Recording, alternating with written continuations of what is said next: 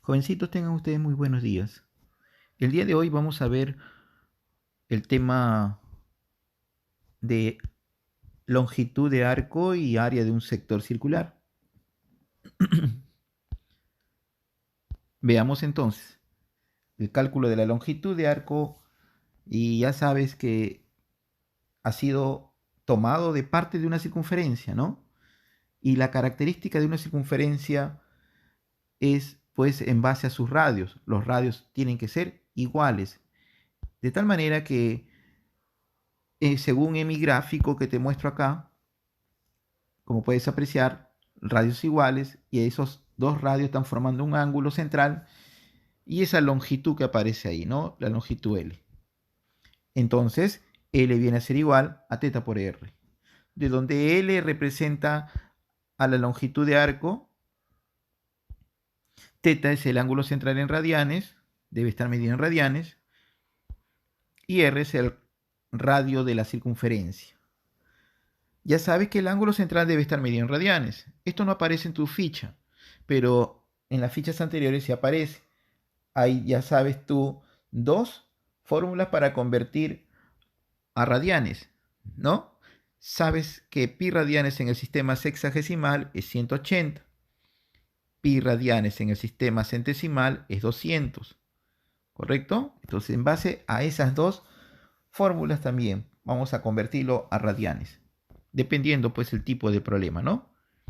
También te hago mención de que del área de un sector circular aparecen más fórmulas ahí en tu ficha, ¿no? Pero vamos a utilizar estas que aparecen acá. El área es igual a decir 1/2 de θ por r cuadrado. También igual área igual a 1/2 de r por L. Y también el área es igual a decir L cuadrado sobre 2 veces el ángulo. Ejemplo número 1.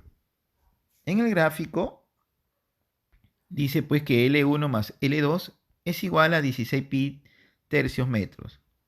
Además se sabe que la suma de esos dos ángulos, alfa más θ, es igual a 120 grados sexagesimales.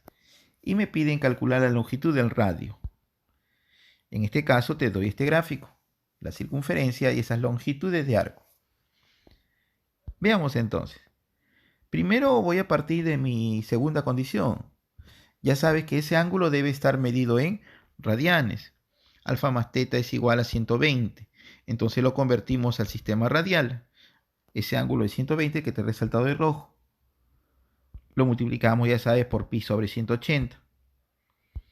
Eliminamos el cerito pequeñito de graditos y el gradito que se encuentra en la parte superior de ambos, ¿no? De 120 y de 180. Así como también el 0 arriba y el 0 abajo. Y le saco sesta, ¿no? Sesta de 12 debería ser 2 y sesta de 180 es 3. De tal manera que el ángulo es 2 pi tercios radianes. Ya lo convertí entonces en el sistema radial. Ahora, vamos a la primera condición del problema. En la primera condición del problema, tengo que esa suma de longitudes de arcos, ¿no? L1 más L2 igual a 16 pi tercios. Luego, sabes bien según mi gráfico que L1 es alfa por R. L2 es θ por R. Y como puedes apreciar ahí, yo puedo factorizar R. Factorizo R, de tal manera que me queda alfa más θ. Pero alfa más θ ya lo hemos convertido en el sistema radial, el ángulo, ¿no?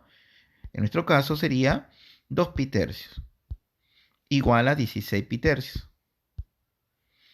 Cancelo denominador, denominador, se canceló. Luego le saco, divido 16 pi entre 2 pi, de tal manera que R va a ser igual a 8 metros.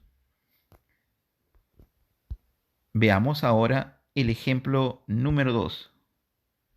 En el ejemplo número 2 también te muestro un gráfico y te pido calcular L. Si L1 más L2 más L es igual a 18 pi.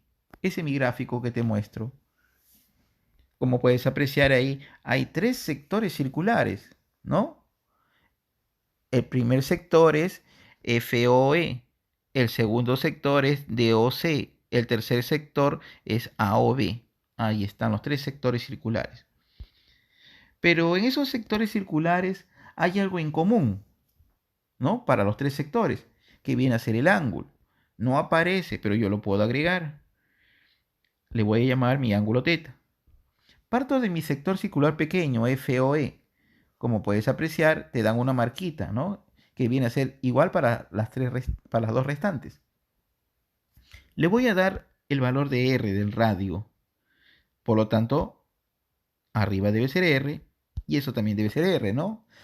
De AD, R y de ED también debe ser R. Ya está. Ahora vamos así a nuestra primera condición, ¿no? Pero L1, según mi gráfico, es DOC o COD, el sector circular.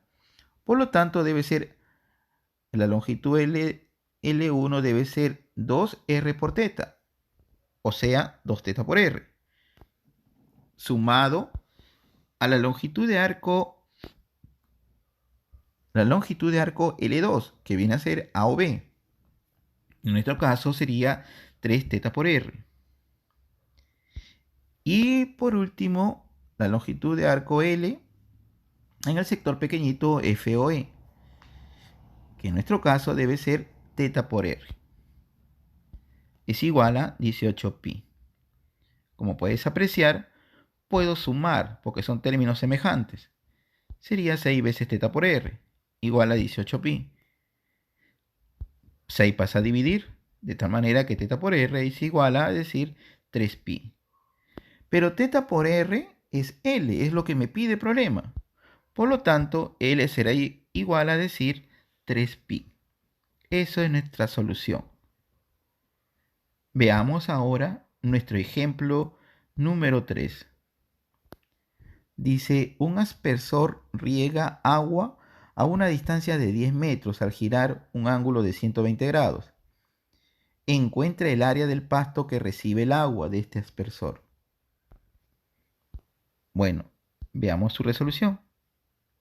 Este es mi terreno, ¿no? Ahí está parte que riega, el ángulo, te doy el sector circular, el ángulo y el radio.